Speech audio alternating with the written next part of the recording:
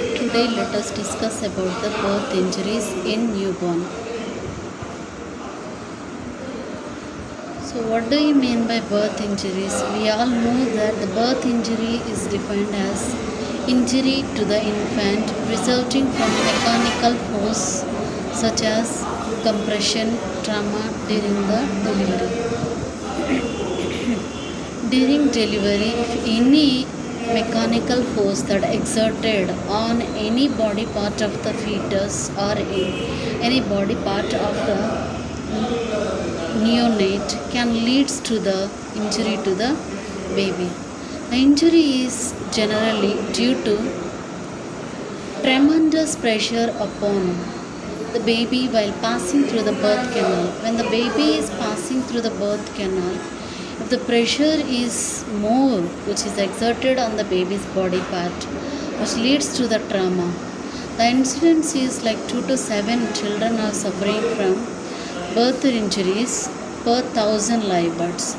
But the mortality is very less, that is only 3.7% per 1 lakh live births.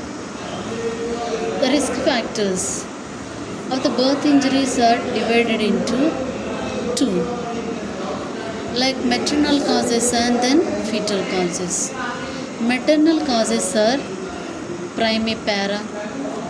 Why does this primipara is causing of the birth injuries? Because the primipara's uterus as well as the cervix is very tough and very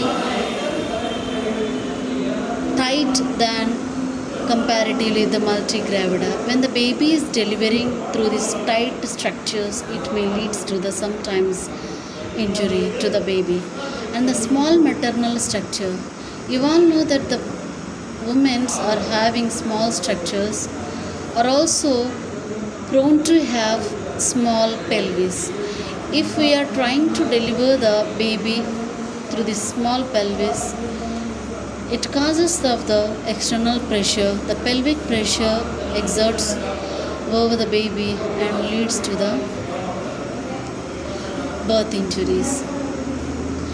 Maternal pelvic anomalies. We already have seen some maternal pelvic anomalies like scoliotic pelvis, osteoporotic pelvis, osteomyelitic pelvis, and pelvic cephalic disproportion. In this case also, if we go for the normal delivery, then it is dangerous for the baby to have birth injuries. Oligohydramnios. As we already have seen in previous classes, oligohydramnios is defined as amniotic fluid less than 200 ml. Right? So when the amniotic fluid is very less, in this case the baby unable to move freely. The baby's parts will just stuck in a single position continuously for months, thus it leads to the torticollis of neck or talipes equinus in the foots. And fetal causes are vacuum extraction. So when we apply vacuum cups over the scalp improperly, or if we keep more pressure in the vacuum while extracting the baby through the vacuum delivery, this may lead to the scalp injuries. Very low birth weight babies are more prone to get into the birth injuries because of their bones are not well developed. So, and then fetal macrosomia. You all know that the fetal macrosomia is defined as a big baby, right?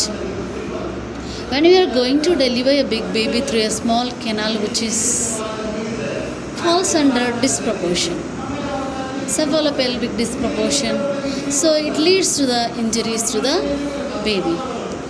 And then large fetal head. Even the fetal head is large in case of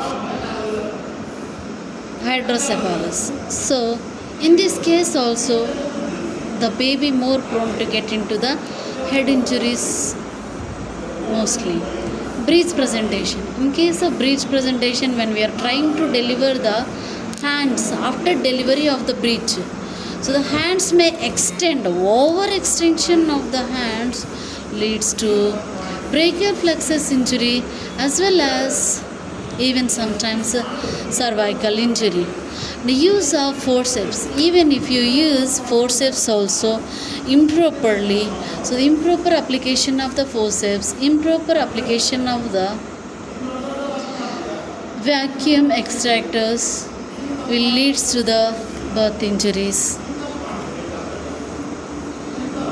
Types of birth injuries are divided as 5: head injuries, nerve injuries or spinal cord injuries, bone injuries, intra-abdominal injuries and soft tissue injuries. Injuries of head. If you speak about the injuries of head, this is again divided into caput succedaneum, cephalhematoma, subgaleal hemorrhage and skull fracture, intracranial hemorrhage. Now let us discuss one by one in detail. Though you have seen these conditions in pediatric nursing last year, but it is just for a review to have your knowledge. If in case if they ask you in exam, you should be able to write an answer to it. Cephalhematoma. In the name itself, it is a lot of meaning. Hematoma in the sense formation of clotting. Where it is formed? Between the skull periosteum. The subperiosteal collection of the blood between the skull and then periosteum.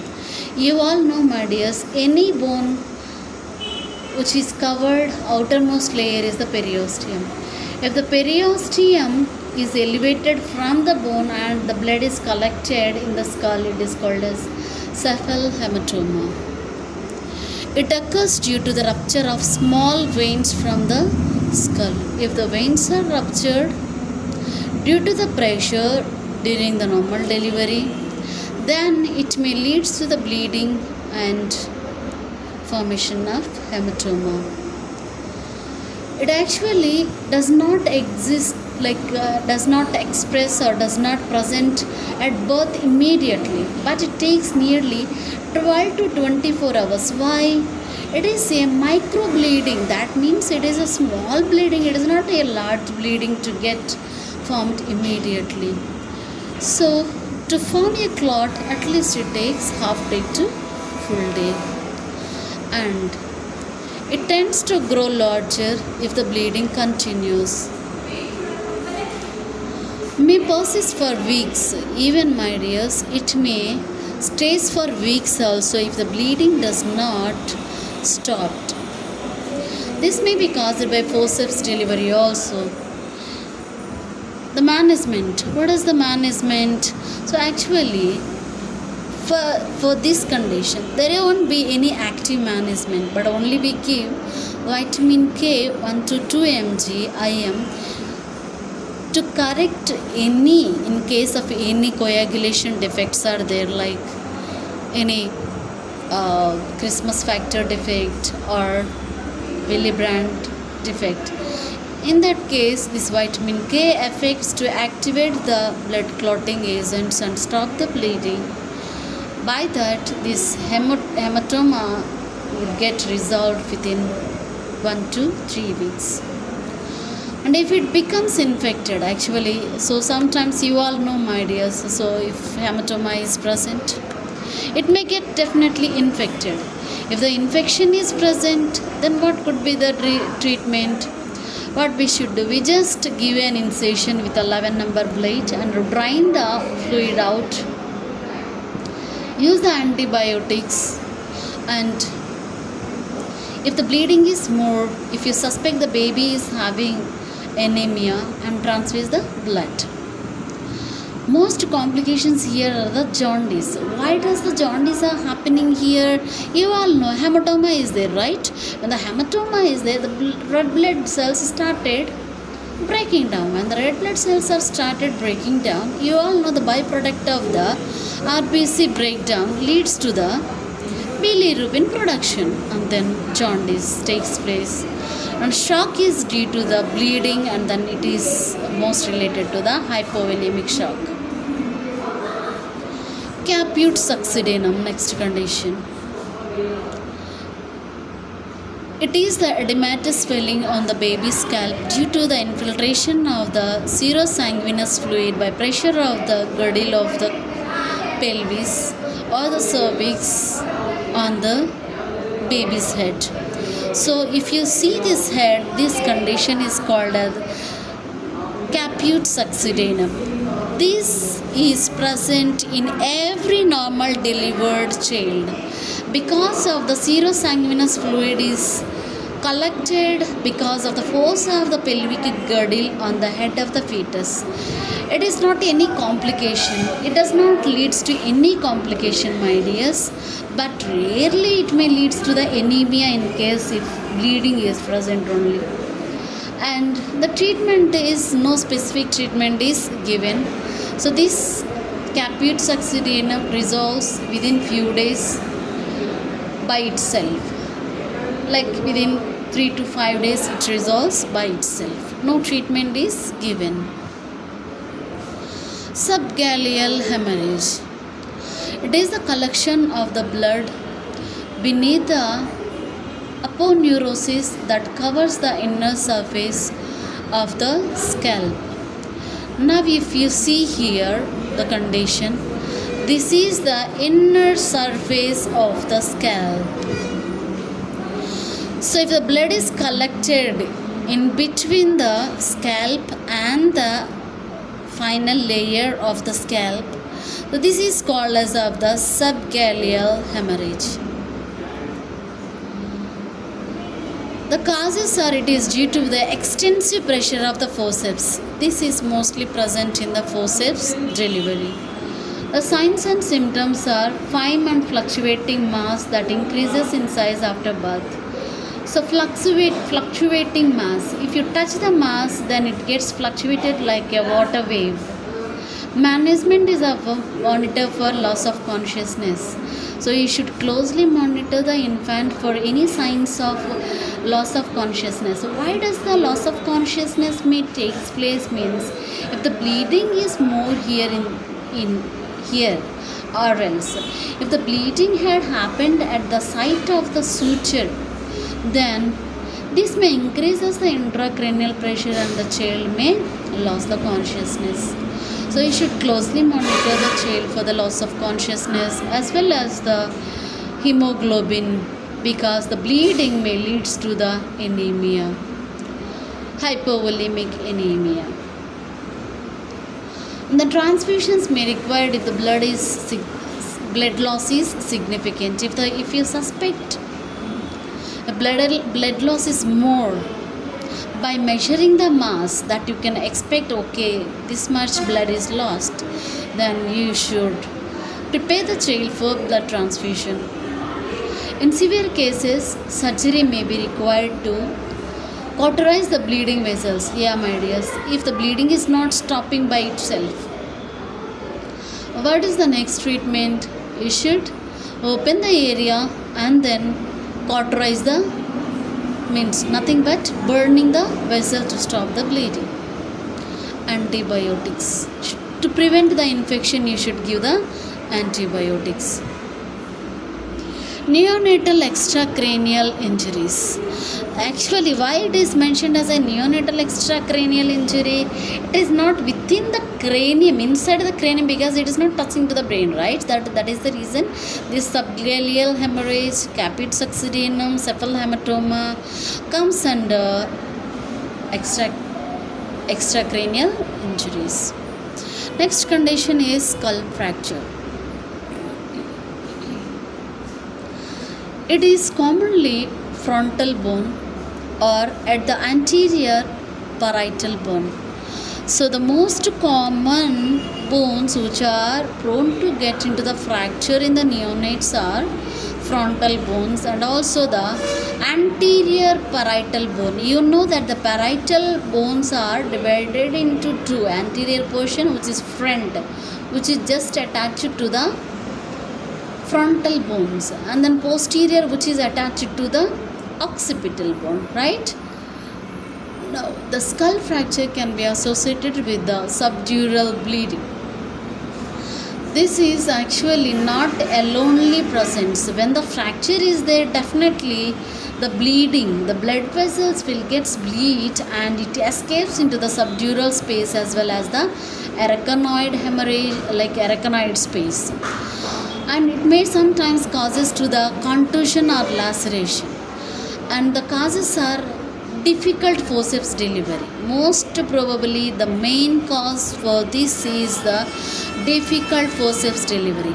When can we call it as a difficult forceps delivery? Two conditions. One is cephalopelvic disproportion. When the pelvis is not enough, having enough space to get deliver the baby, still you are trying to apply the forceps, this condition may leads. And wrong application of the forceps. If the forceps is not applied correctly, then it may leads to the fracture of the parietal bone or frontal bone. Skull fracture. The skull fracture, actually if you see here, the linear line you can observe from the first picture, this is called as a linear fracture. The second fracture, if you observe here, the depression you can observe here in the bone, it is called as a contusion or crushed portion. Actually the skull got crushed because of more force by the forceps. The management here, it is no treatment for linear fracture. You all know, my dears, the bones which are fractured linearly, they will get healed by itself, especially in the newborn. The bone growth is very faster during the infant age, so it gets healed up and up. For depressed fracture, so the depressed fracture is there. The open surgical evacuation of the clot is the usual management.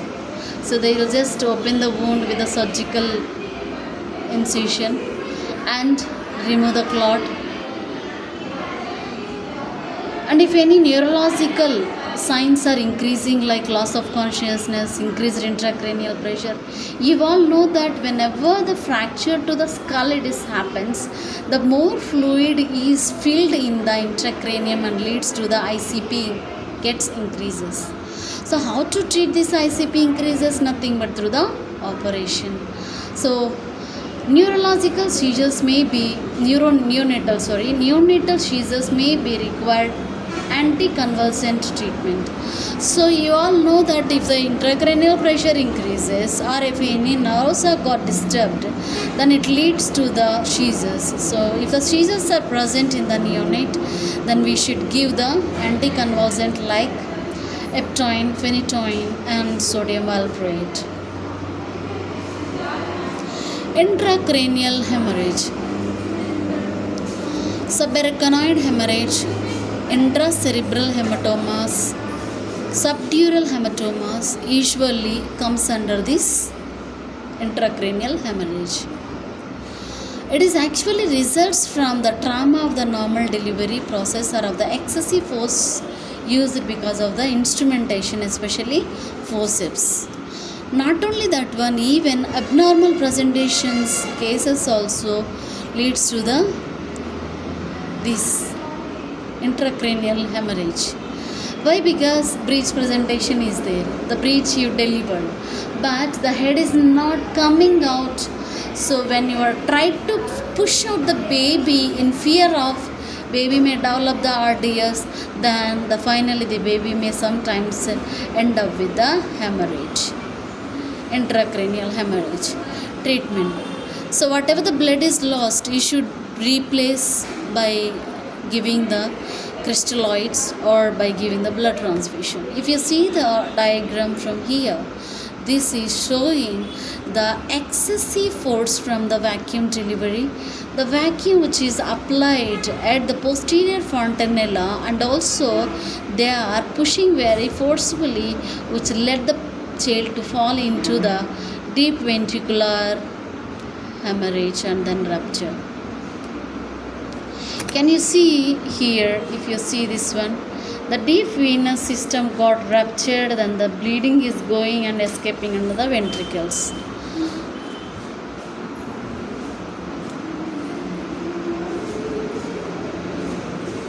And next, nerve injuries. The nerve injuries are divided into the nerve injuries and then brachial palsies. The first one is like the facial palsy, brachial palsy, phrenic nerve. And then brachial palsy again divided into Erb's palsy and Lundquist's palsy. Okay, let us see and discuss one by one in detail. Facial palsy. You all know which nerve gets affected in facial palsy, that is seventh cranial nerve, is also called as of a facial nerve. If the facial nerve gets injury, then it is also called as of a Bell's palsy. It involved by the direct pressure of the forceps blades or by the hemorrhage or edema around the facial nerve.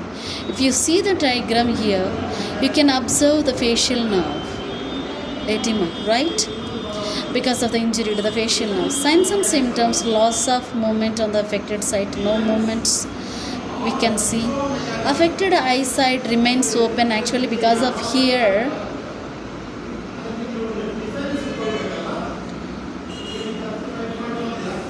Here if you see here, the eye, because of the facial palsy, facial edema, the eye got closed here, but otherwise the eye gets opened always because the blinking reflex got affected here.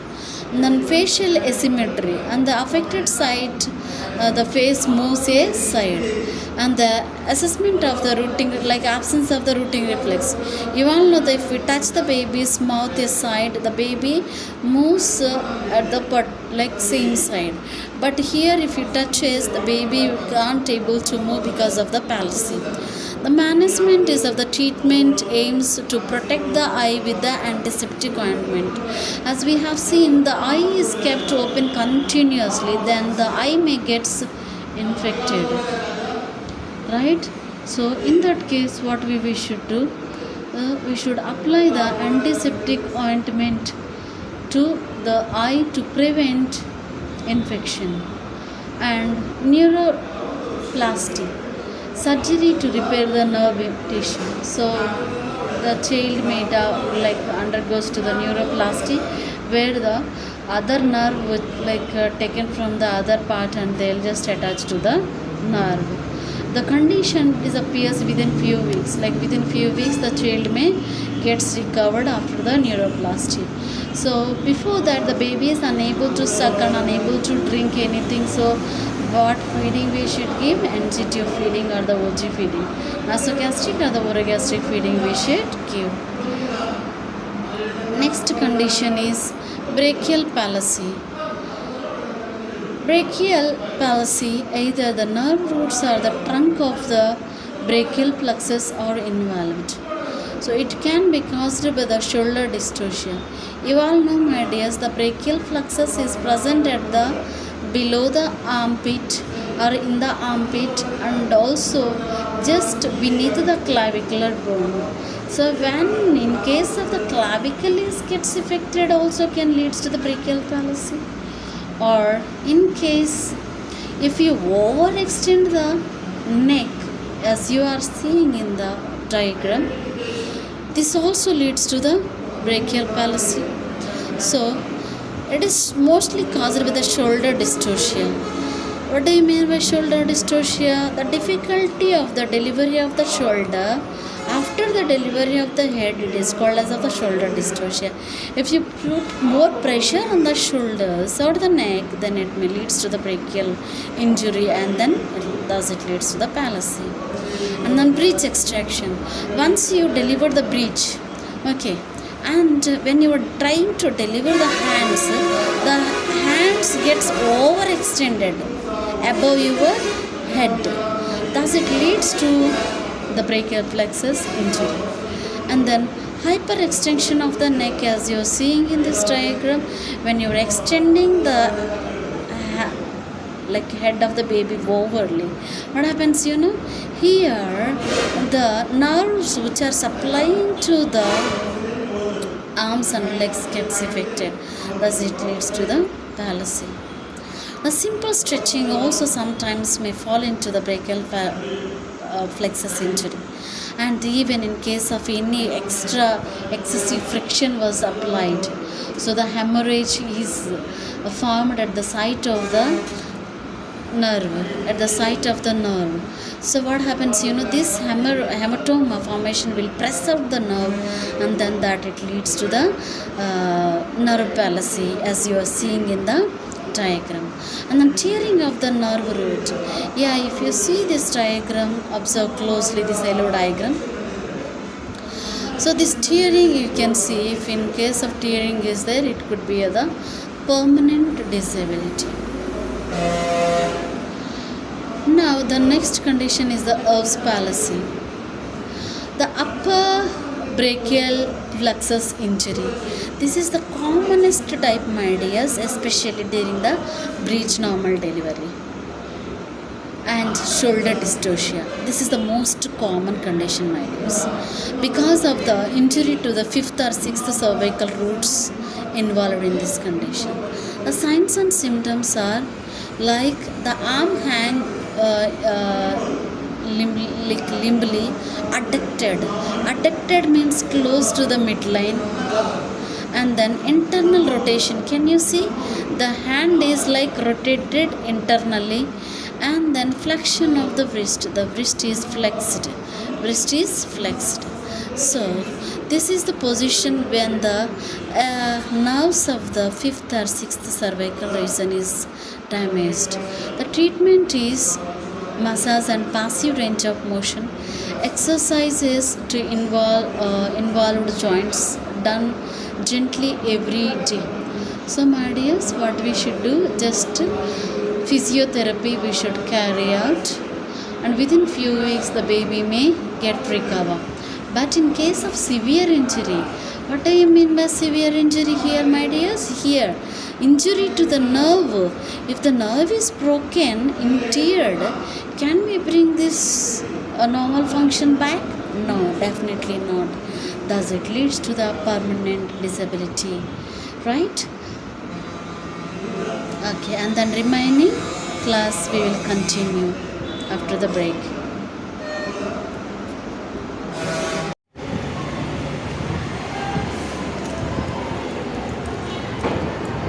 Okay, next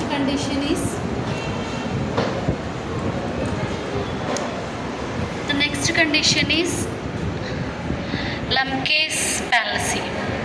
What is that? Pronounce? K is silent. Lemke's palsy. It occurs due to damage to 7th and 8th cervical nerves.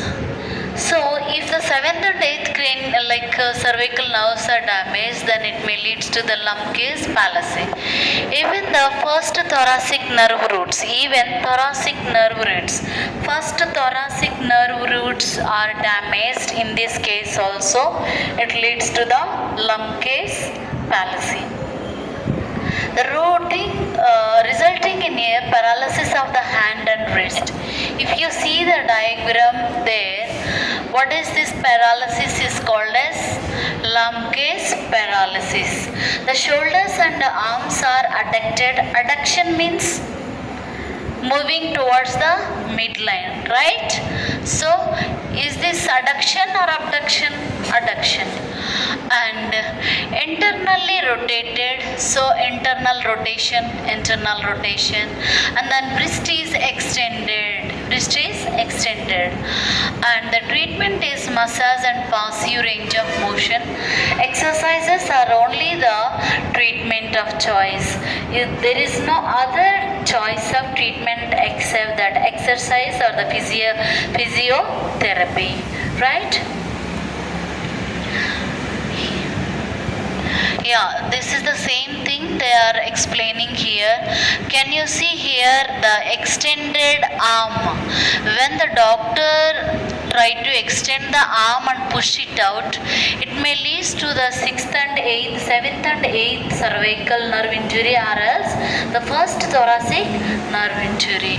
Right? Even in adults, adult children, like otherwise children, so if they overextend, it may leads to the injury and leads to the Lamb's palsy. So can you see here the injury? Lamb's palsy. Now, as already we have discussed about, like C5 and C6 injury leads to the Erb's palsy, and then C7, C8 and T1 causes to the Lamb's palsy, right? So this is the difference. This is the Erb's palsy. It is different, but here Lamb's palsy hand is claw-like, claw hand, right? This Lamb's palsy is claw hand, right? I don't know. Ma'am, class ഉണ്ട് ഇപ്പം നിങ്ങൾക്ക് ഇല്ലല്ലോ. Yeah. So the phrenic nerve palsy. Phrenic nerve, I already told you where this phrenic nerve is supplying to the diaphragm, right? To the diaphragm as well as to the lungs, right? So phrenic nerve palsy causes paralysis of your diaphragm that can be seen on USG as an elevated diaphragm. When the phrenic nerve is damaged in USG, what can you see? The diaphragm gets elevated, right? Or otherwise it should be in a 3 shape, right? Diaphragm is in a down 3 shape, right? Okay, and signs and symptoms are respiratory distress. Why does the respiratory distress, my dear? Even diaphragm also works as a respiratory muscle, right? If the diaphragm is not working on affected site, the patient or child develops respiratory distress syndrome, right? And nostril flaring and tachypnea. Whenever enough of oxygen is not getting, yesterday we have seen grading, right? Nostril flaring is present, and even tachypnea, like increased breathing rate. Breathing rate gets increased because of to get the enough oxygen, and it usually unilateral. What do you mean by unilateral? Only affected by one side, and the affected lung does not expand during the respiration. So on whatever the side it is affected, when you are inspiring and expiring, there won't be any movement in the lung, right? There won't be any gas exchanges in the lung. Management: the child should be placed on affected side. Why on affected side? Because to increase the capacity of the unaffected side. Are you understanding? However, the affected side lung is not expanding. Then if we keep the baby on side, the unaffected side may get expand nicely and increase the oxygen.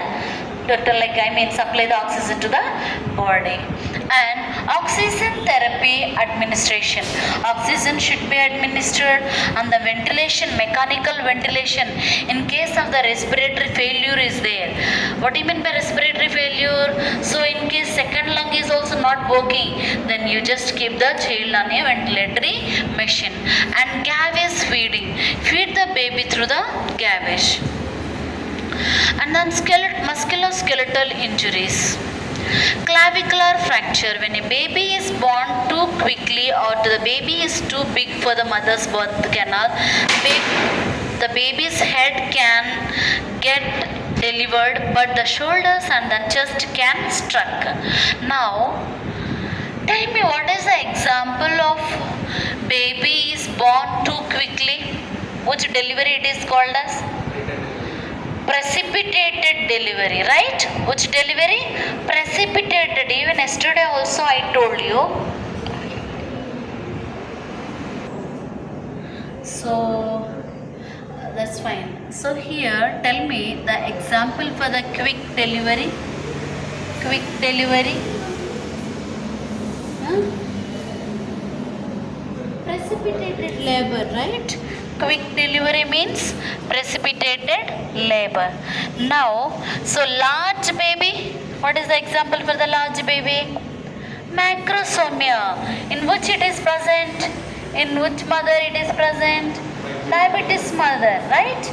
So, and next baby's head can be, so in this case what is happening here? So, baby's breech is delivered, the head cannot be delivered. So, when what it lead, head is delivered, so the shoulder cannot be delivered. In that case, when the shoulder is pressed more, then the clavicle fracture may takes place, right? And fracture of long bones. Fracture of long bones like even. What are the fracture of long bones? What are the examples for the long bones? Tell me. Very good. Like even in case of footling presentation is there. What do you mean by footling presentation? Foot comes first from the cervical os, right? So if the foot is coming first, what we should do? Can we pull the foot very forcefully? No, it may leads to the fracture. So avoid doing that. And then clavicular fracture here. The fracture can be, these fractures are of seen vertex presentation, and which shoulder dystocia are of breech delivery when the arms are extended. So even in the vertex presentation also, what do you mean by vertex presentation? Cephalic presentation, right? Even cephalic presentation also, if shoulder dystocia is present means clavicular fracture may happen. Or otherwise in breech delivery,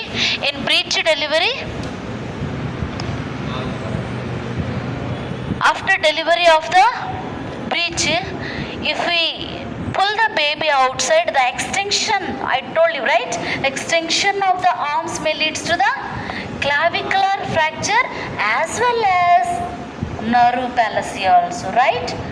Okay.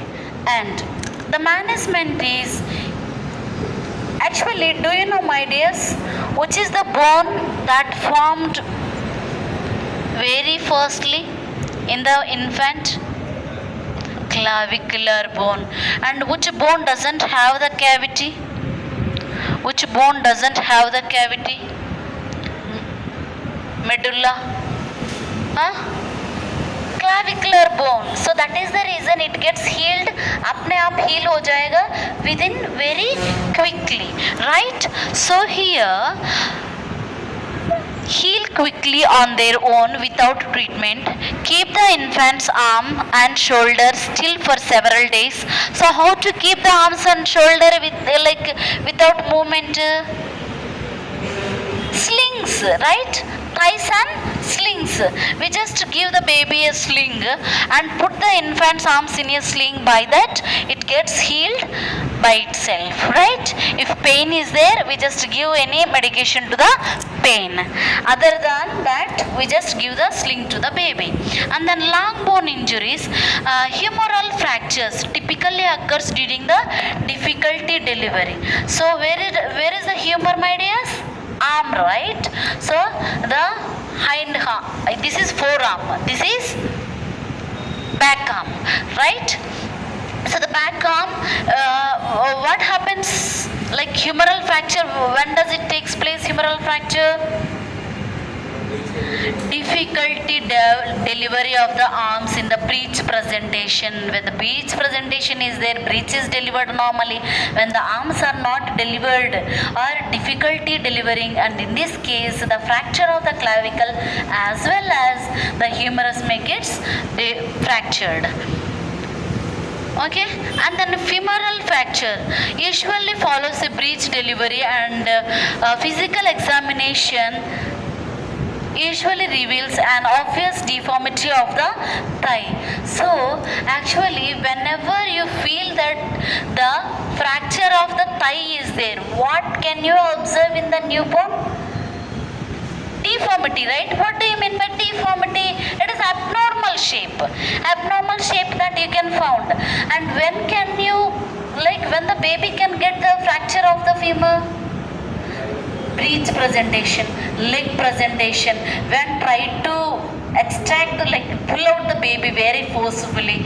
When the pressure is exerted on the femur bone is more, then it may lead to the fracture. And intracranial intra-abdominal injuries, there are uncommon injuries. These are uncommon actually, it is not common as I told you previously, right? Abdominal injury, it is very uncommon. So here it involves rupture or hemorrhage into the liver or spleen or adrenal gland. So whenever the intracranial pressure is there, what are the complications that we can see here? Rupture, hemorrhage, or into the liver or spleen and adrenal gland. Where is this adrenal gland is located? Above the kidneys, right? Okay. The infants with the hepatosplenomegaly. Now describe this hepatosplenomegaly. Megaly means enlargement. Hepatus means liver. Spleen means spleen only, right? When these actually congenital defective children are there, right? Especially like heart disease children. In these children, what happens, and kidney disease children, in the abdominal itself, in them what happens, the spleen and liver gets enlarged. When the spleen and liver gets enlarged, when we do the normal delivery, cesarean delivery, fine, no problem. But if you do the normal delivery, these enlarged organs may get affected and abdominal injury may takes place, right? The signs and symptoms like sudden pallor, hemorrhagic shock, abdominal discoloration. Abdominal discoloration may takes place, and anemia, poor feeding, tachypnea and tachycardia all present. Management, volume replacement. What do you mean by volume replacement? You all know, my dears, whenever the injury to the organ, what happens? Bleeding. Right? When the bleeding is there, what you will do? Blood transfusion. Okay? And then correction of any coagulopathy. What do you mean by coagulopathy? Clotting disorders, right? Any clotting disorders are there, you just correct them. And then soft tissue injury. Any abrasions or lacerations, petechia, ecchymosis, subconjunctival hemorrhage comes under the soft tissue injury. Let us see one by one in line, in detail. Abrasions, you all know, if you just fall down by unfortunately, what happens to your skin? Laceration, abrasion, just peeling off the skin, right? Peel off the skin is called as laceration or abrasion, right? So may occur as a scalpel cuts during the cesarean delivery or during the instrumental delivery. So the vacuum forceps infection remains a risk, but most uneventfully heal. You all know abrasions and lacerations heals very easily, we don't even mind. But it is in newborn, right? In newborn, this may leads to the infection or entry of the any infectious microorganisms. What you should do, the treatment is like careful cleaning, right? And application of the antibiotic ointment and observation, which is very important. And lacerations occasionally require suturing. Sometimes the deep lacerations are present, right? They can't get healed by itself. That what you have to do? Suturing you have to carry out. And petechia. What do you mean by petechia? Yesterday also I explained you, right? Petechia, easy bruising, right? Petechia means easy bruising or small bleedings, right? If you, especially the liver disease condition, if you scratch the patient also, it become red. Why? Micro bleeding, it is also called as, right? Because of the clotting factors are got affected in the liver disease patients. So here petechia, these are non-raised pinpoint hemorrhage caused by sudden increase or release of the pressure during the passage through the birth canal. When the child is forcefully passing through the birth canal, continuous friction may lead to the micro bleeding or pinpoint bleeding, which does not even swell also. Swelling also won't be present and may be seen on face, chest or head. Why on face, chest and head? They are big parts, right? Chest and head are big parts. During delivery of these parts only, the chance of petechia is present. Ecchymosis. What do you mean by ecchymosis, my dears? Ecchymosis. The brown color formation, right? Or red color formation, right? Why does the red color forms? Friction, bleeding under the skin. Okay, the small hemorrhagic area larger than petechia occur after the traumatic delivery. Any traumatic delivery is there, so under that, like any injury to the baby's body, under the skin the bleeding hemorrhage may form. This is called as of a ecchymosis, right? And then subconjunctival hemorrhage. If you see, my dears, can you see the ring of hemorrhage? Subconjunctival hemorrhage, that is called. So rupture of the capillaries in the sclera from the pressure on the fetal skull delivery during the delivery. Now what happens, when the pressure exerted towards the skull, not only on eyes, my dears, even excessive pressure on the skull also leads to the rupture of the capillaries in the sclera, eye sclera, and then it may leads to the bleeding, right? This is called as of the subconjunctival hemorrhage. Now if you see this one, this is petechia. Can you see, my dear, small dots? This is petechia, and ecchymosis is larger than. It is red in color and it is larger. Did you understand the difference between the petechia and the ecchymosis? And this is the subscleral hemorrhage. Now only few slides are there, that is how to prevent the injuries in the newborn. Now it is all our responsibility, not only the doctor's early responsibility to save the child from the birth injuries, but it is also the responsibility of a midwifery nurse, right or wrong? So to take the action when it is required to avoid the injuries in the newborn. So here the comprehensive antenatal and intranatal care is the key success. Complete care, extensive care you should give antenatally or intranatally, right? Even antenatal care also you should be given. Why antenatal care? Oligohydramnios causes the birth injuries, or trauma to the mother causes the birth injuries. You can avoid antenatally. Intranatally, during the delivery, very carefully you should deliver. If you are unable to deliver carefully, if the baby is unable to pass through the birth canal, call for the help and take the child to the mother to the LSCS. If baby did not engage, if you suspect any injury or any pelvic abnormalities in the mother.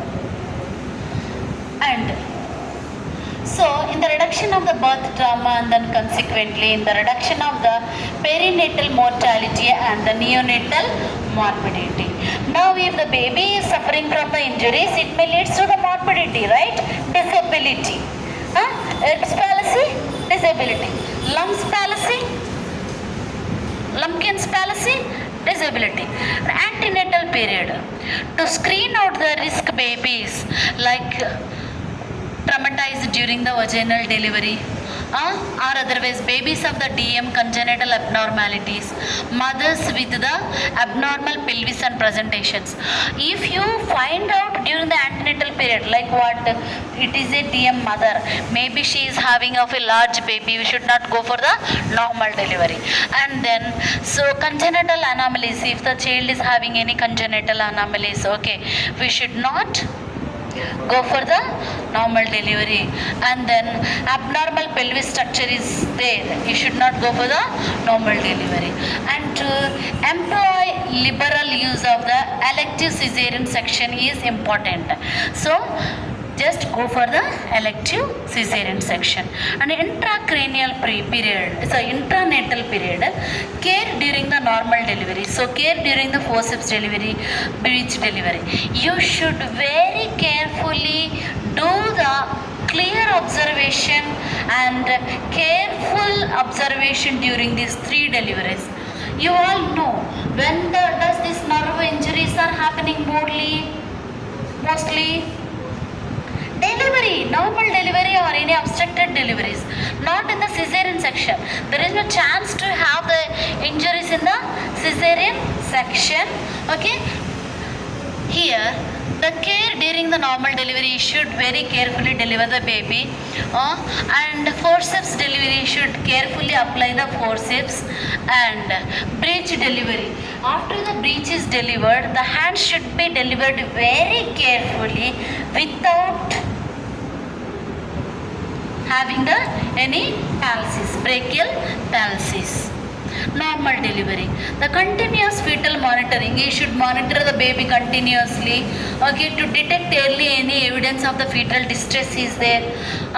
Episiotomy to be done carefully to prevent the injury to the scalp. My dears, I as well told, see, when you are going to give the episiotomy, your 2 fingers should go first inside, right, and then only cut the perineum. Otherwise what happens, if you are not overconfident, the doctors, if they don't keep the fingers, index finger and middle finger into the vagina or before cutting the episiotomy, then what happens, there is a chance of scalp injury, right? Blade or with the scissors also. Some doctors gives the blade, where so many doctors most commonly uses the scissor. Okay, scissor may injure the head of the fetus, right? And then the neck should not be unduly stretched, should not be stretched overly, right, to prevent the cervical nerves injury.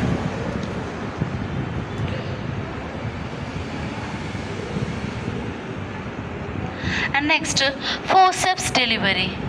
Forceps delivery, monitor the severe injuries are inflicted by the application of the forceps.